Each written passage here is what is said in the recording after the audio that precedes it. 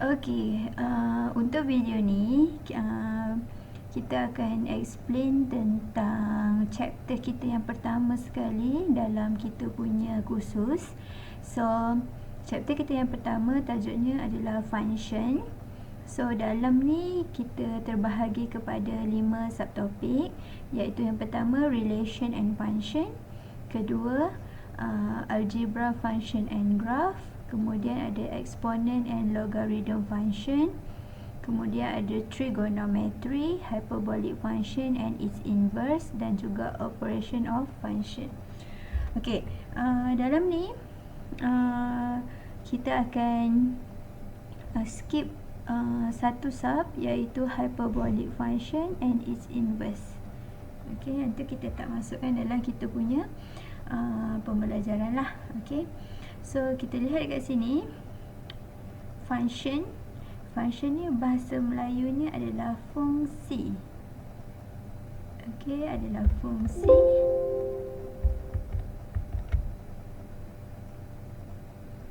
Okey, so fungsi ni apakah dia fungsi? Secara matematiknya fungsi ni akan ada apabila dia ada apabila sesuatu mathematical term yang diberi pada kita tu ada relation, ada hubung kait. Okey, so sebab itulah kalau kita tengok subtopik kita yang pertama, tajuknya adalah relation and function. Relation ni adalah hubung kait dan function adalah fungsi. So kita nak tengok dulu dia punya definition, apakah itu function, apakah itu relation. Okey, first sekali kita akan define dia dan kita akan kena pastilah fungsi tu macam mana, relation tu macam mana. Okey, untuk kita punya bullet yang pertama kat sini. Okay, if the value of variable y depends on the value of variable x, then y is the dependent variable and x is the independent variable. Dia kata kalau ada sesuatu variable y, okay, ada satu variable y bergantung kepada variable x, okay, jadinya y itu dikatakan sebagai dependent dan x adalah independent. So kalau kita lihat sendiri maksud dependent dan independent. Dependent ni maknanya bergantung. Okey, dia bergantung pada satu benda lain. Okey, dan x adalah independent. Maksud independent adalah bebas, dia tidak bergantung ataupun dia boleh hidup sendirilah. Okey, so bullet yang kedua, many everyday phenomena involve two quantities that are related to each other by some rules of correspondence. Dia kata banyak aktiviti fenomena yang mengandungi dua kuantitis yang saling bergantung kepada each other. Okey, contoh kita ada kat situ. Okey, contoh yang pertama, profit of selling clothes is depends on the festival nearby. Dia kata keuntungan untuk menjual jualan baju bergantung kepada festival yang ada lah. Okey, contoh kalau hari raya jualan baju meningkat. Okey, so ni ada dua perkara yang saling berhubung kait lah. Okey, bullet yang kedua, marks collected by students depends on the difficulty of the question. So markah pelajar bergantung kepada tahap kesukaran soalan. Okey, bullet yang ketiga, number of students registered in some private college is depends on their course offered. Maknanya kat sini kalau sesuatu kos yang ditawarkan tu ada di sesuatu universiti, so bilangan student yang mendaftar tu kemungkinan akan lebih tinggi lah. Okey, kalau ada dalam some private college, ada kat private college tu je khusus itu, so orang semua akan kejar lah untuk pergi ke college tu lah. So dia ada saling bergantung kat situ.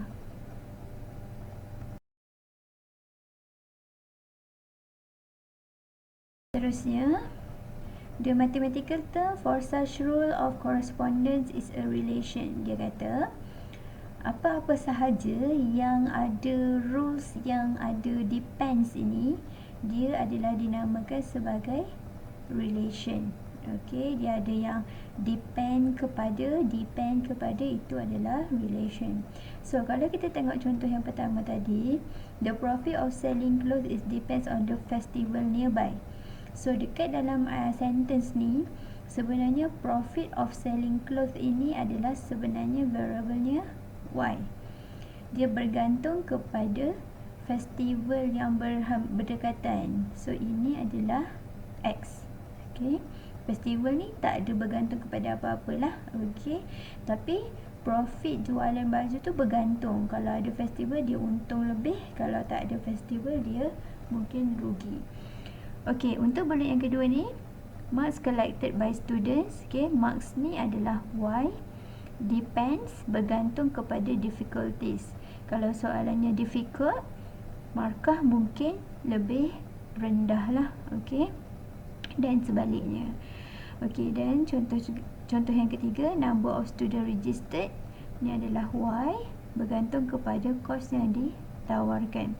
So untuk ketiga-tiga contoh ni, dia ada hubung kait, dia ada X dan juga Y. So ketiga-tiga contoh ni dinamakan sebagai relation. Okay. So relation is a set of orders pair. So contoh, kita boleh tuliskan relation ini dalam bentuk, ini kita sebutkan sebagai bentuk koordinat. Bentuk koordinat. So bentuk koordinat X dan juga Y, yang mana koordinat X dan Y ini diletakkan di dalam bentuk set. Set tu maksudnya macam inilah. Dia ada pembuka, lepas tu dalamnya ada koordinat yang pertama, lepas tu koordinat yang kedua, koordinat yang ketiga, lepas tu seterusnya sehinggalah penutup set itu. Alright. So kita ada contoh dekat sini. Contoh yang lain pula. So contohnya kata, kita ada monthly salary depends on the number of hours work. Ini contohnya orang yang bekerja dalam industri yang ada OT, contohnya ada tambahan masa bekerja berbayar. So monthly salary dia bergantung kepada numbers of hour. So monthly salary ni dikatakan sebagai Y, numbers of hours tu adalah X. So kalau dia kata monthly salary dia 2,500, kalau dia bekerja 200 jam, bermaksud monthly salary ni adalah Y, working hours dia adalah X. So bila kita nak tulis dalam bentuk koordinat, kita dapat bentuknya macam inilah. 200, 2,500. Depan mestilah X, belakang adalah Y dalam bentuk koordinat. So kalau monthly salary dia 4,000, ni adalah Y. Kalau dia bekerja selama 250 jam, so ini adalah dalam bentuk koordinatnya. Okey, seterusnya kita ada kat situ. Okey, kita dah faham tentang relation. Relation adalah apa-apa sahaja yang ada hubung kait. Okey, sekarang kita nak cakap tentang function. Function pula dia adalah relation. Function is a relation such that for each value of independent variable there is only one and only one value of dependent variable. In a function, no two order pairs can have the same first independent and different second dependent. Okey, apa maksud dia dekat sini adalah, kalau relation adalah apa-apa sahaja yang ada hubung kait. Tetapi fungsi dia ada syarat dia sikit. Okey. Kalau relation X dan Y, okey. Kalau fungsi ni pula, fungsi dia punya syarat yang bergaris ni. Okey, dia kata fungsi mestilah value dia punya independent variable dia, okey, X dia mempunyai one and only dependent variable. X nya mesti ada satu sahaja Y. Okey, X nya mesti mempunyai satu sahaja Y. Maksudnya X ni dia tak boleh share Y yang lain. Okey, y tu dia cuma boleh satu sahaja. Okey. So, untuk itu kalau kita pernah lihat dulu dekat sekolah, kita pernah belajar Venn diagram. Okey, cuba lihat box ini. Okey, untuk Venn diagram, pernah dengar tak dia ada kata Venn diagram 1 to 1, 1 to 1, many to 1. Lepas tu dia ada 1 to many dan juga many to many. Pernah dengar tak? Okey. Dalam ni kalau kita perhatikan, kenapa namanya 1 to 1, many to 1, 1 to many and many to many adalah disebabkan perkataan yang pertama di depan ni sebenarnya menggambarkan X. Okey, dia punya Venn diagram sini. Yang depan ni adalah X, yang belakang ni adalah Y. Jadinya menurut sentence dekat sini, definitionnya dia kata dia cuma X tu cuma boleh ada satu sahaja Y. Okey, contohnya Y dekat sini mestilah satu sahaja. Dia mesti anak panah itu menghala kepada satu sahaja Y. Okey, macam itu contohnya. Okey. So, bila dikatakan, okey, kata ada 3 pun semua menuju kepada Y yang sama. Ni boleh. Okey. Cuma yang tak bolehnya apabila kita share. Y itu kita share dengan beberapa X tu menuju kepada beberapa Y. Contohnya, mula-mula dia pergi Y yang atas, lepas tu dia pergi ke bawah, lepas tu ada lagi yang bawah ni pergi pula ke nombor yang bawah, lepas tu dia pergi lagi ke Y yang lain. Kita tengok gambar Venn diagram yang pertama saya lukis tadi. Okey, apabila daripada X ada banyak X menuju kepada satu Y, ini dinamakan sebagai dia sama macam yang atas ni. Okey, dia adalah many to 1. Okey, many to 1. So, kalau kita tengok gambar yang kedua tadi saya lukis pula, okey, X ni dia daripada X menuju ke Y. Okey, menuju ke Y. Okey, yang ini pula dinamakan sebagai 1 to many. Okey, ada lagi satu, apabila kita punya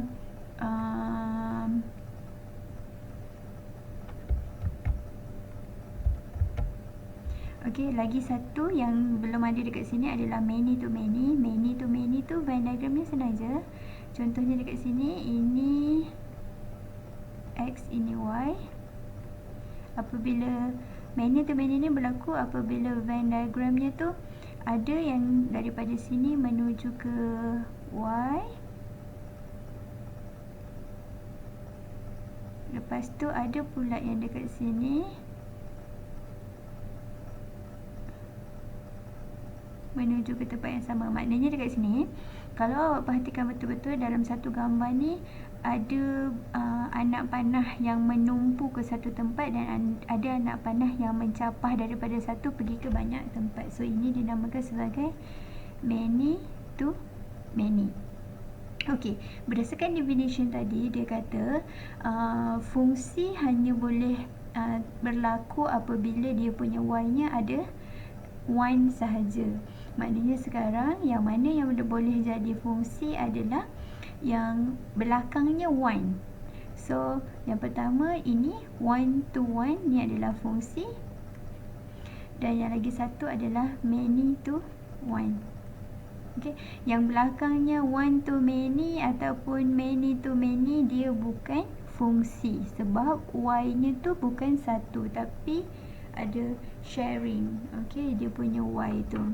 Okey, seterusnya kita ada banyak cara untuk represent relation. Okey, sama ada kita nak buat di dalam bentuk equation. Okey, equation. Kalau awak perhatikan, kita ada y, ada juga x. Dekat sini kalau kita perhatikan, y adalah dependent variable. Value y kat sini akan berubah bergantung kepada value x, independent variable kat sini lah. Okay, so ini adalah relation dan juga function lah. Okay, table of value pun sama, boleh menggambarkan relation, graph, set of order pair. Ni sama macam disebut di atas dalam bentuk set. Kalau boleh, bila dalam bentuk set, kita letakkan dia punya simbol tu. Okay, menunjukkan dia adalah set. Mapping, mapping ni sama juga macam Venn diagram yang tadi. Okay, dan juga dalam satu ni kita ada satu peringatan. Semua yang bentuk-bentuk 1 hingga 5 di atas itu menggambarkan relationship antara dua variable, tapi bukan semua relation adalah function. Jadi kita kena kaji sedikit lebih dalam tentang dia punya relation tu, adakah y nya 1 ataupun lebih daripada 1. So ni peringatan lagi.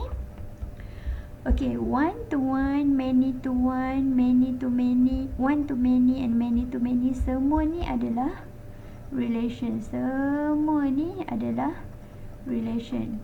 Tetapi hanya yang di belakangnya one sahaja mendapat nama sebagai function. Kalau belakangnya namanya many, dia bukan function. Okay, dia hanya dapat nama sebagai relation sahajalah. Alright. Okey, kat sini ada contoh. Okey, contohnya dah ada dengan jawapan sekali lah. Kita cuma nak fahamkan. So, x dan y kat sini contoh yang pertama. Okey, kalau dia perhatikan dekat sini, x dengan y. Okey, 1 dengan 5 okey. 1 to 1 biasa je lah. Tapi, secara keseluruhannya belum tengok lagi. Ni 1, 5, 2, 6, 3, 7 dan 4, 6. So, bila diperhatikan dekat sini, 6 ni ada 1, 6, tetapi dia datang daripada 2x. Boleh, tak ada masalah. X yang 2, tak apa. Jangan y yang 2 kali. So, dia adalah many to one relation. So, dia adalah relation, dia juga adalah function. Okey, untuk Venn diagram yang kedua. Okey, Venn diagram yang kedua. X nya 1 menuju 5, okey. 2 menuju 6, 2 menuju 11. Okey, 3 menuju 8. Yang 1, 5 ni okey, ni pun okey. Tetapi 2 ni dia pergi kepada 6 dan dia pergi juga kepada 11. Maksudnya 2 ni mengandungi dua dependent variable. Jadi dia dinamakan sebagai one to many. So dia adalah relation tapi dia bukan function. Okey, seterusnya x nya adalah 1, 1 menuju 5, 1 menuju 6, 1 menuju 7. Okey, dekat sini nampak macam okey lagi. Tetapi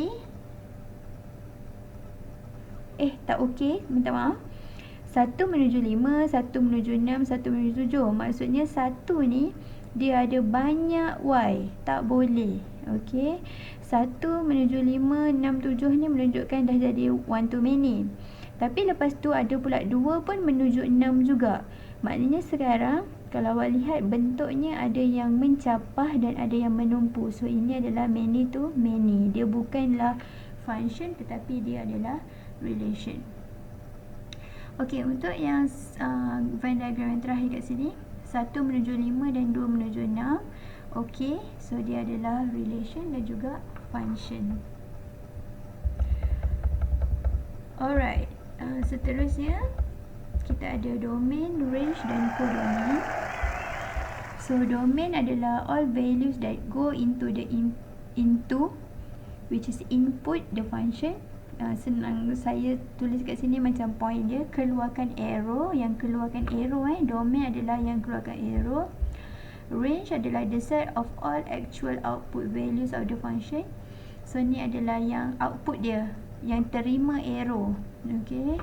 Codomain, adalah set of all possible output values of the function. Yang terima atau tak terima arrow adalah dinamakan sebagai codomain. Kita ada 3 domain, range dan juga codomain. Domain yang keluarkan arrow, range yang terima arrow, codomain yang terima atau tak terima arrow. Semua tu adalah codomain. Okey, senang cerita, tengok contoh ni. Okey, contoh yang pertama ni 1, 2, 3 ni mengeluarkan arrow. So 1, 2 dan juga 3 adalah domain. Okey, dekat Y, A, B dan D menerima arrow. So A, B dan D adalah range. A, B dan D adalah range. Codomain semua sekali dalam Y ni yang terima atau tak terima A, B, C dan D adalah dia punya codomain. Okey, sama juga untuk Venn diagram kedua. 1, 2, 3, 4 adalah domain. B, C, E, H adalah range. Dan keseluruhan huruf yang ada dalam warna biru ni adalah codomain. Okey. Tu dia punya jawapan dia. Okey, sekarang kita nak tengok macam mana cara lain kalau kita nak pastikan relation itu function ataupun tidak. So caranya adalah dengan menggunakan vertical line test ataupun kita sebut sebagai VLT test. Okey. So VLT test ni senang sangat. Nama pun vertical line. So vertical line maksudnya garisan menegak. Garisannya garisan menegak. Okey. So apa maknanya garisan menegak ni? Garisan ni maksudnya adalah garisan ni perlu diletakkan di dalam mana-mana graf yang anda lukis dan anda akan uji dia. So kita tengok dekat sini vertical line test for function. Okey, dia punya penerangan dia.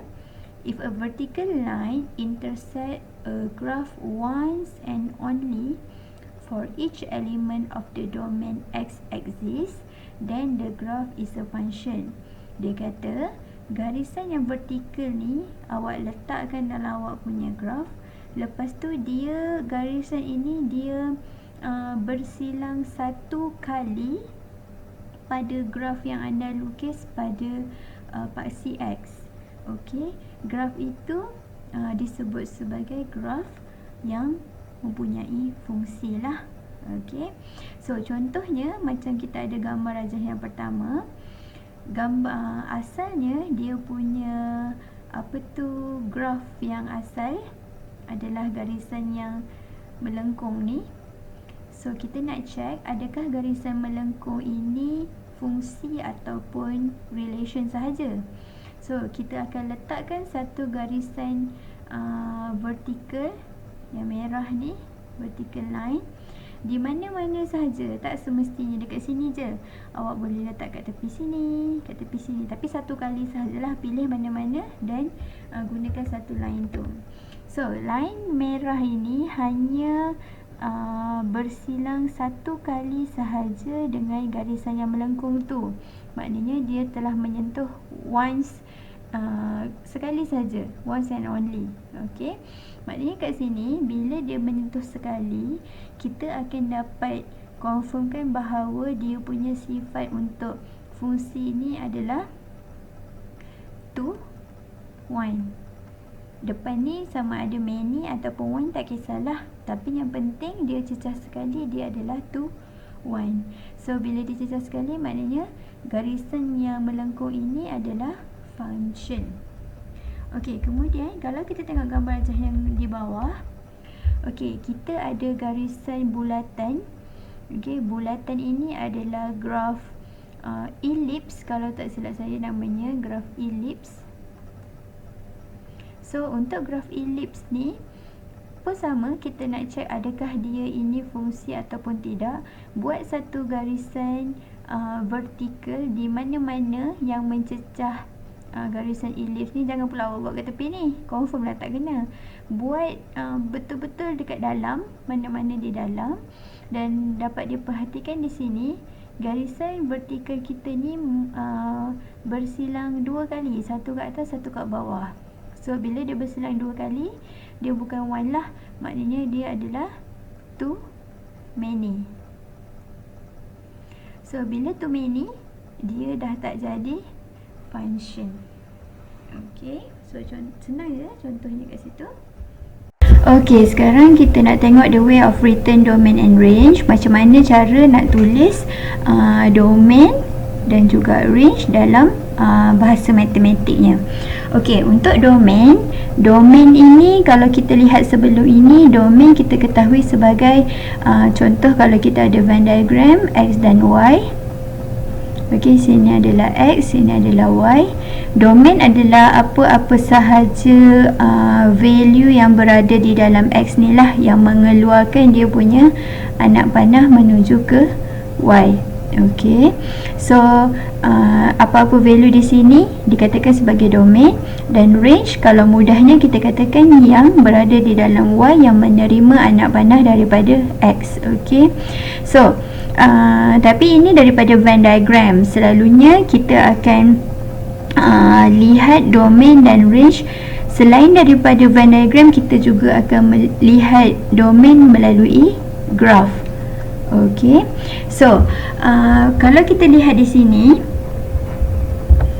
okay, domain dan juga range, kalau kita nak tulis dia punya bahasa matematiknya, kita akan simbolkan dia dengan, okay, yang pertama D besar merujuk kepada domain, dan kita ada subscript kat bawah ni F. F ni agak-agaknya apa? Okey, semestinya F yang kecil di bawah ni adalah fungsi. Domain untuk fungsi maknanya.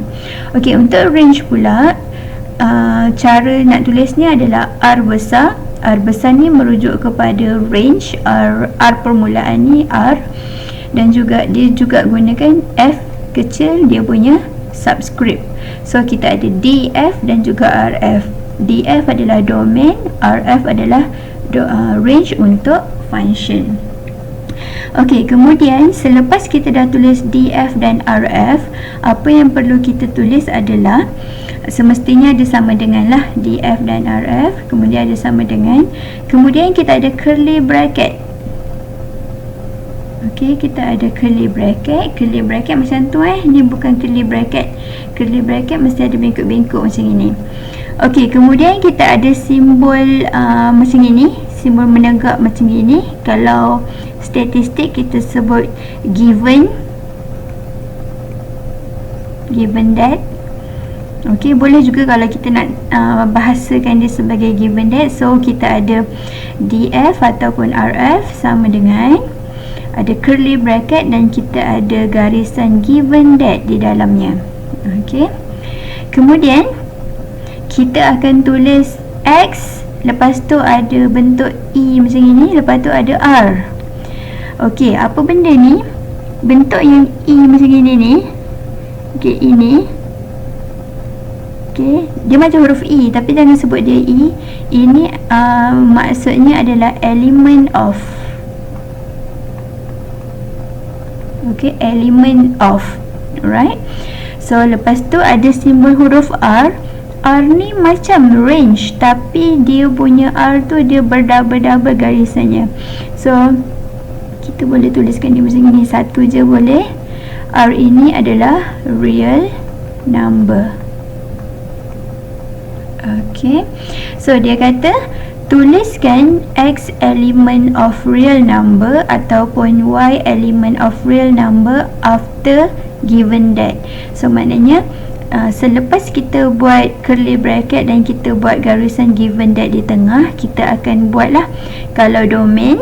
Okay, kalau domain kita akan tulis dia macam ni, DF sama dengan curly bracket, lepas tu ada garisan di tengah. Kalau domain mestilah guna huruf X, X element of real number. Okey, kalau range nak tulis macam mana pula? Kalau range kita akan tulis macam inilah, RF sama dengan curly bracket, garisan di tengah merujuk kepada given that. Kalau range pakai huruf apa? Takkan pakai huruf X lagi. X adalah untuk domain, so R adalah menggunakan huruf Y, element of real number. Okey, macam tu. Dia punya basic penulisan dia macam gini. Ini belum siap lagi. Sebenarnya apa yang kita nak confirmkan jawapan kita betul ataupun salah adalah yang berada di bahagian hadapan sini.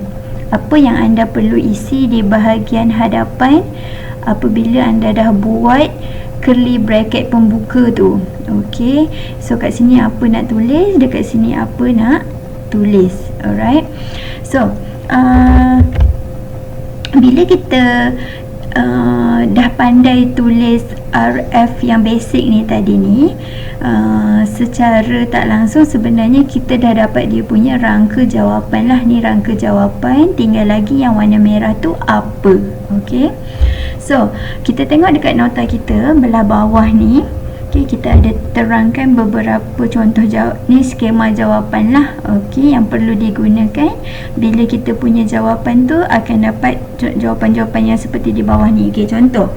Yang pertama, bila kita dah diberi satu graf, contohnya, sekali kita tengok graf kita tu jawapannya adalah semua X akan menjadi domain. Okey, semua nombor huruf semua value X akan menjadi domain. Okey, so macam mana contohnya kalau awak ada graf macam ini.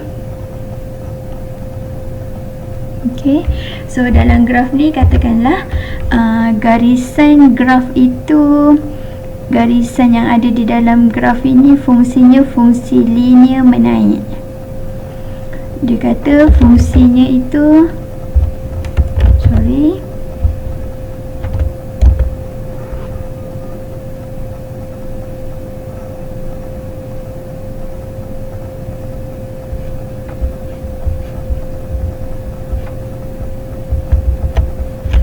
Okey, katakanlah garisannya tu macam gini.